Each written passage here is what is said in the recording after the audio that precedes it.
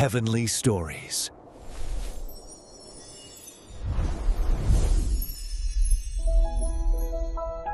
In the quiet desert sands of Midian, far away from the noise of Egypt's bustling palaces, lived a man who once carried the weight of destiny without even knowing it. His name was Moses. Once a prince of Egypt, raised among wealth, knowledge, and power, he now lived the life of a humble shepherd. Every morning, he led his flock across rocky hills and dry valleys, guiding them to patches of grass and streams of water. To those around him, he looked like any other man, a foreigner who had settled down, married, and found work. But deep inside, Moses carried a restless heart and memories he tried to bury. Years ago, he had acted on impulse, defending a Hebrew slave by striking down an Egyptian oppressor. His act of justice had turned into a crime. Overnight, he became a fugitive, forced to flee Egypt for fear of Pharaoh's wrath. That day, Moses left behind not only the palace but also the identity he had struggled with his entire life, an Israelite by blood, yet raised as an Egyptian. In Midian, Moses thought his story had ended. He built a new life with his wife, Zipporah, and their children. But even as the years passed, he could not erase the questions that haunted him. Why was I spared as a baby? Why was I raised in Pharaoh's house only to become an exile? Did my life still have meaning, or was I forgotten by both God and man? Meanwhile, back in Egypt, the suffering of the Hebrew people grew heavier with each passing day. Their cries of pain rose to heaven as they groaned under forced labor, beaten by taskmasters, building monuments for a Pharaoh who cared nothing for their misery. It seemed as though the God of their fathers, Abraham, Isaac, and Jacob, was silent. Yet, heaven was listening. On one ordinary day, Moses took his sheep far beyond the usual grazing land, into the wilderness near Mount Horeb, the mountain of God. He had no idea that this ordinary day would become the most extraordinary encounter of his life. He walked across sun-baked ground, his sandals scraping against stone, the air filled with the bleating of sheep and the rustle of desert winds. But then, something caught his eye. At first, it seemed like a flicker in the distance. A flame. He squinted. Yes, there it was, a bush, engulfed in fire. But as he looked closer, something impossible struck him. The bush was burning, yet it was not consumed. The branches did not turn to ash, the leaves were not shriveling, the flame did not die out. It was alive with fire, but untouched by destruction.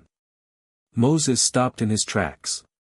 His heart began to pound in his chest. He had seen many fires in the desert, lightning strikes, campfires, torches, but never something like this. It was unnatural. Supernatural. His curiosity overpowered his caution, and he stepped closer, his eyes fixed on the wonder before him. "This is strange," Moses whispered to himself. "Why isn't this bush burning up? I must go and see it up close." As he approached, the air seemed to shift. The desert grew still, the sound of sheep faded into silence, and an unseen presence surrounded him. Then, from within the flames, a voice spoke his name, not once, but twice. "Moses! Moses!" He froze. His breath caught in his throat. This was no ordinary fire. This was no ordinary day. And with that moment, the story of Moses, the shepherd, the exile, the man who thought he was forgotten, was about to ignite into something far greater than he ever imagined. Moses stood frozen before the burning bush, his eyes wide, his body trembling. The fire burned brighter than the desert sun, yet its light didn't scorch his skin. Then, again, the voice came, deep, powerful, but also strangely tender. "Moses! Moses!" His lips quivered as he stammered back, "Here I am." The voice answered, "Do not come any closer. Take off your sandals, for the place where you are standing is holy ground." Moses' heart raced. His hands shook as he bent down, slipping the worn leather sandals from his feet. He suddenly felt small, vulnerable, unworthy. The desert floor beneath him was no longer ordinary ground, it was sacred, made holy by the presence of the one speaking through the flames. I am the God of your father, the voice declared, the God of Abraham, the God of Isaac, and the God of Jacob. At those words, Moses' knees buckled. The realization hit him like a crashing wave. This was no illusion, no desert trick of the eyes. He was standing before the God of his ancestors, the God who had chosen his people, the God who had been silent for what felt like centuries. Moses covered his face with his hands, afraid to look at the blazing fire. He felt unworthy to be in this presence, terrified of what might happen if he dared to gaze directly at the glory of God. Then the voice continued, carrying both sorrow and strength. I have indeed seen the misery of my people in Egypt. I have heard them crying out because of their slave drivers, and I am concerned about their suffering. So I have come down to rescue them from the hand of the Egyptians and to bring them into a land flowing with milk and honey. Every word pierced Moses' soul. For years, he had carried guilt for leaving his people behind in Egypt. He had wondered if their cries had been forgotten. But now, he knew that God had been listening all along. And then came the words that shook him to his core. So now, go. I am sending you to Pharaoh to bring my people, the Israelites, out of Egypt. Moses staggered backward as if struck by lightning. His mouth fell open. Go back to Egypt? Face Pharaoh? Lead an entire nation of slaves to freedom? The thought was unthinkable. He cried out, Who am I, that I should go to Pharaoh and bring the Israelites out of Egypt? The fire flickered, and the voice replied with unwavering certainty. I will be with you. Simple words. Powerful words. Yet, to Moses, they felt almost impossible to believe. He was no warrior, no great speaker, no leader. He was just a shepherd, a fugitive, a man with a broken past. How could God expect him to stand before the mightiest ruler on earth? But God was not finished speaking. And this will be the sign to you that it is I who have sent you. When you have brought the people out of Egypt, you will worship God on this very mountain. Moses' heart pounded in his chest. His mind raced with fear, doubt, and 1,000 questions. He wanted to believe, yet every part of him screamed, I'm not the right man for this. The desert night began to settle around Mount Horeb, but the bush continued to burn, untouched by darkness. And in that sacred moment, Moses realized his life would never again be the same. Still, he couldn't shake one question, one desperate plea forming in his heart. What if they don't believe me? What if I don't even know your name? And so, trembling but desperate for answers, Moses dared to ask. Moses stood barefoot before the fire, his body trembling, his soul torn between awe and fear. He had just heard the unthinkable. God was sending him back to Egypt, the very land he had fled in shame. The thought alone made his chest tighten. He raised his voice, hesitating at first, then spilling out his fear. Suppose I go to the Israelites and say to them, the God of your fathers has sent me to you, and they ask me, what is his name? Then what shall I tell them? For a moment, silence filled the desert. The only sound was the crackling fire that burned but did not consume. Then, the voice broke through the stillness with words that would echo across eternity. I am who I am. This is what you are to say to the Israelites, I am has sent me to you. The words thundered in Moses' heart. I am. The God who is eternal. The God who has no beginning and no end. The God who depends on no one, yet upon whom everything depends. A name so holy, so mysterious, that it shook Moses to the core. God continued, say to the Israelites, the Lord, the God of your fathers, the God of Abraham, the God of Isaac, and the God of Jacob, has sent me to you. This is my name forever, the name you shall call me from generation to generation. Moses' mind spun. The eternal God had just entrusted him with his holy name. But as quickly as awe filled him, doubt crept back in. He shook his head, almost whispering to himself, this cannot be. I'm not strong enough. I'm not persuasive enough. I'm not ready. The voice pressed on, Go, assemble the elders of Israel and tell them, the Lord, the God of your fathers, appeared to me and said, I have watched over you and seen what has been done to you in Egypt. And I have promised to bring you up out of your misery into the land of the Canaanites, a land flowing with milk and honey. Moses' chest tightened. He could almost hear the elders' voices of doubt, the people's questions, Pharaoh's laughter. His fear erupted in a desperate protest. But what if they do not believe me or listen to me and say, the Lord did not appear to you?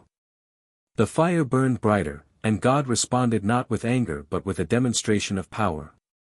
What is that in your hand? Moses looked down at his shepherd's staff, worn smooth from years of desert use. A staff, he replied. Throw it on the ground, God commanded.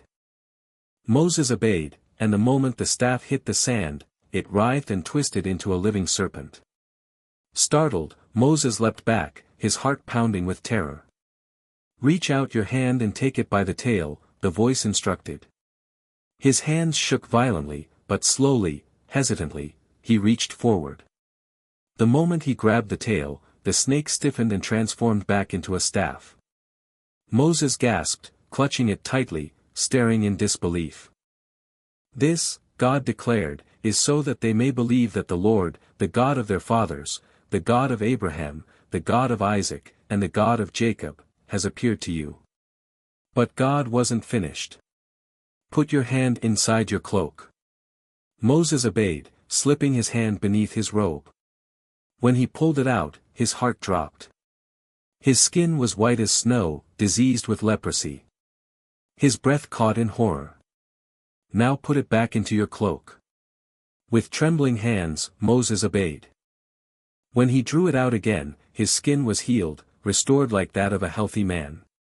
Moses stood stunned, his heart torn between fear and awe. The God of fire had just placed divine power into his hands. And yet, doubt still lingered. Would Pharaoh listen? Would the Israelites follow? Could he, a broken man with a painful past, truly be the one to carry God's mission? The bush still burned, and the voice still called. But inside Moses, a war raged between destiny and doubt. The desert air felt heavy as Moses stood before the burning bush. His hands still trembled from the miracles he had just witnessed, the staff that became a serpent, the leprous hand restored to health. He could not deny the power before him. And yet, his heart was not at peace. Instead of courage, fear gripped him tighter. His voice cracked as he protested, "Pardon your servant, Lord, but I have never been eloquent, neither in the past nor since you have spoken to your servant. I am slow of speech and tongue." His words spilled out like a confession of weakness. He wasn't a leader.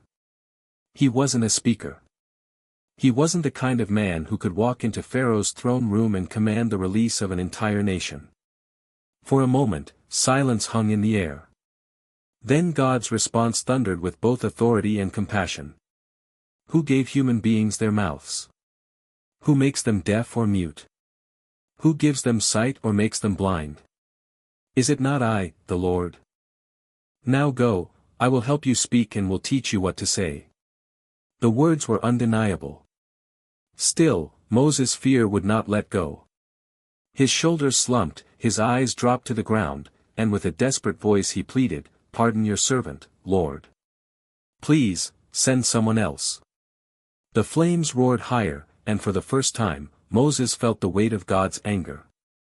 The ground seemed to tremble beneath him, and yet, even in his anger, God did not withdraw his call. Instead, he gave Moses an answer that revealed both his power and his mercy. "What about your brother, Aaron the Levite? I know he can speak well. Even now he is on his way to meet you, and his heart will be glad when he sees you. You shall speak to him and put words in his mouth. I will help both of you speak and will teach you what to do. He will speak to the people for you, and it will be as if you were your mouth and as if you were God to him." Moses' breath caught. Relief mingled with shame. God had given him help, yet it was clear that no amount of excuses would release him from this mission. Then God's voice struck again with final authority. "But take this staff in your hand, so you can perform the signs with it." Moses gripped the staff tightly. What had once been a simple shepherd's rod was now a symbol of divine power, a reminder that this calling was not about his strength but about God's. The flames of the bush continued to burn, unyielding, unconsumed, as if to echo the eternal presence of the one who had spoken. Moses' heart still trembled, but a shift began within him. He no longer stood as a man running from his past, but as a man being pushed into his destiny. Still, the questions remained: would the people believe him? Would Pharaoh listen? Could he truly become the leader God was shaping him to be? As the desert winds blew across Mount Horeb, Moses realized there was no turning back. His life was no longer his own. The God of I Am had chosen him. And now, with staff in hand and fear in his heart, Moses would take his first steps toward the greatest confrontation of his life. The fire of the burning bush slowly faded behind him, but its memory burned deep within Moses' soul. With the staff of God in his hand, he began the long walk back to Midian. His thoughts swirled like a storm. How will Zipporah react? Will my family understand? And Egypt, after all these years, what awaits me there? When he reached home, Moses gathered his courage and told his father-in-law, Jethro, "Let me return to my people in Egypt to see if they are still alive." Jethro, with the calm wisdom of an elder, simply nodded and said, "Go, and I wish you well." But as Moses prepared his family for the journey, the Lord spoke again, "Go back to Egypt, for all those who wanted to kill you are dead." Those words cut through his fear. The enemies of his past were gone. The chains of exile had been broken. Now, nothing stood between him and the mission God had placed upon his life. With his wife Zipporah and their sons, Moses set out on the dusty road toward Egypt. Each step felt heavier than the last. The desert stretched endlessly, the sun burned his back, and yet it was not the heat of the journey that weighed him down, it was the mission. How does one man stand against Pharaoh? He wondered. How does one shepherd free a nation of slaves? But the staff in his hand reminded him of the miracles he had witnessed.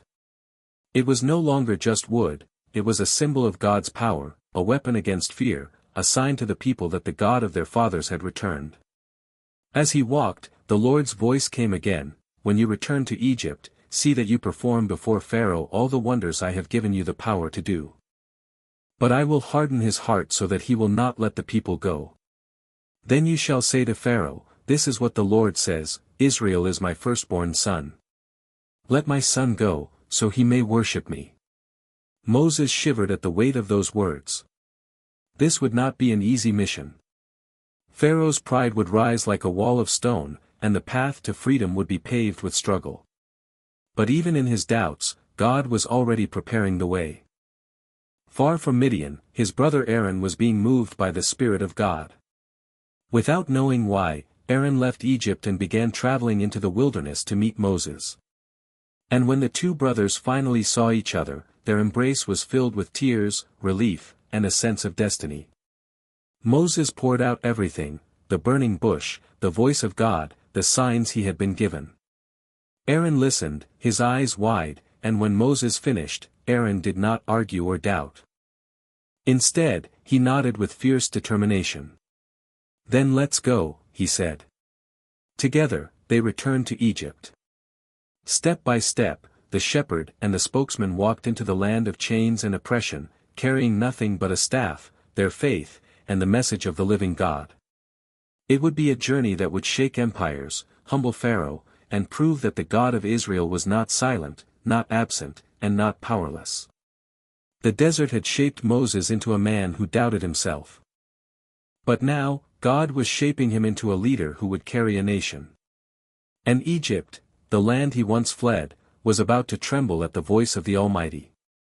The dusty roads of Egypt stretched before Moses and Aaron as they entered the land of their birth, the land of their people's suffering. Moses' heart pounded in his chest. The last time he had walked these streets, he was a fugitive. Now, he was returning with a mission from God. The staff of the Almighty was in his hand, and his brother walked by his side. They did not go first to Pharaoh. God had told them to begin with their own people, the elders of Israel, the leaders who carried the burden of an enslaved nation. Moses feared their rejection more than Pharaoh's rage. What if they laugh at me?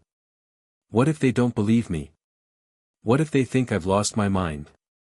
But when the elders gathered, Aaron stepped forward. His voice rang out with strength as he declared the message Moses had received from God: "The Lord, the God of your fathers, the God of Abraham, Isaac, and Jacob, has appeared to Moses. He has seen your misery, he has heard your cries, and he will bring you up out of Egypt into a land flowing with milk and honey." The people stirred. Whispers spread among them. Could it be true? After generations of silence, could it be that the God of their fathers had finally spoken again? Then Moses, with trembling hands, raised his staff.